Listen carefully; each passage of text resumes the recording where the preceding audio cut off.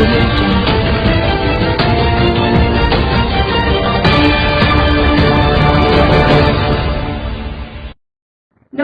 स्वागत है आपका नजर टीवी न्यूज में। आज की ताजा खबर। किराएदारों और मकान मालिकों के लिए एक बड़ी खबर सामने आई है। केंद्र सरकार द्वारा मकान और दुकान के रूल बदल दिए गए हैं। केंद्र शासित प्रदेशों में सर्कुलेशन के लिए मॉडल टेनेंसी एक्ट को मंजूरी दे दी है। इस कानून के तहत अब कोई भी मकान मालिक आवासीय घर के लिए 2 महीने से ज्यादा की रकम सिक्योरिटी डिपॉजिट के तौर पर नहीं ले सकता।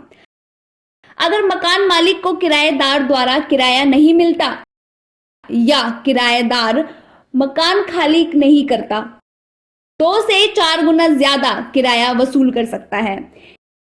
इस नए कानून के लागू होने के बाद ही इससे किराए के कारोबार में भी तेजी आएगी।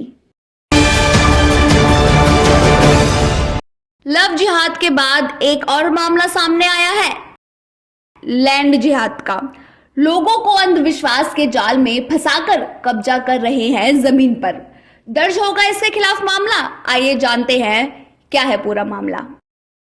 इस बीच कुछ ऐसे भी मामले सामने आए हैं कि कुछ अवैध मज़ारें निजी जमीन पर बना दी गई हैं और इसके पीछे एक और षड्यंत्र की जानकारी सामने आई है। हिंदू लोगों को एक योजनाबद्ध तरीके से कहानियां किस्से सुनाकर अपने प्रभाव में लेते हैं और फिर उन्हें भी अपने मजार जिहाद में शामिल कर लेते हैं। इनमें ज्यादातर वंचित समाज के हिंदू और जनजातीय समाज के लोग हैं। पिछले दिनों में पछुआ देहरादून में ऐसे 2 उदाहरण सामने आए थे।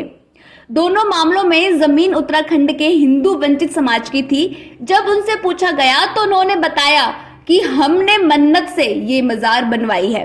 ये सुनकर प्रशासन और खुफिया विभाग के अधिकारी भी चौंक गए। जब उनसे विस्तार से जानकारी हासिल की गई तो बताया गया कि वो परेशानी की हालत में एक मजार पर गए थे।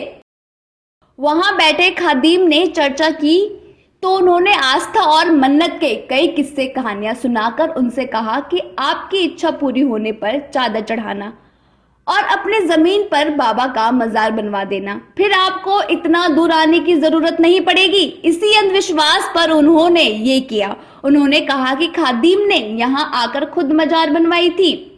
इसके अलावा यहाँ पर हम ही दिया बत्ती करते हैं। खादिर हर महीने आता है और जो पैसा यहाँ गोलक में होता है वो निकाल कर ले जाता है। ये दोनों कहानियां तो अलग अलग अवैध मजार स्थल पर एक जैसी बताई गई थी। इस सूचना के बाद से ही पुलिस प्रशासन ने ऐसे खादिमों की तलाश भी शुरू कर दी है जो ठोर ठिकानों से फरार बताए जाते हैं। जानकारी के मुताबिक वे या तो यूपी भाग गए हैं या फिर कहीं भूमिगत हो गए हैं। वहीं पुलिस और वन विभाग इन खादिमों के खिलाफ एफआईआर दर्ज करने की तैयारी में लगी है। पुलिस खुफिया विभाग भी इस बात का पता लगाने में जुटा हुआ है कि खादिमों फकीरों के पीछे किसका दिमाग है, क्योंकि ये बात तो तय है कि इस मजार जिहाद का कोई ना कोई मास्टरमाइंड जरूर है।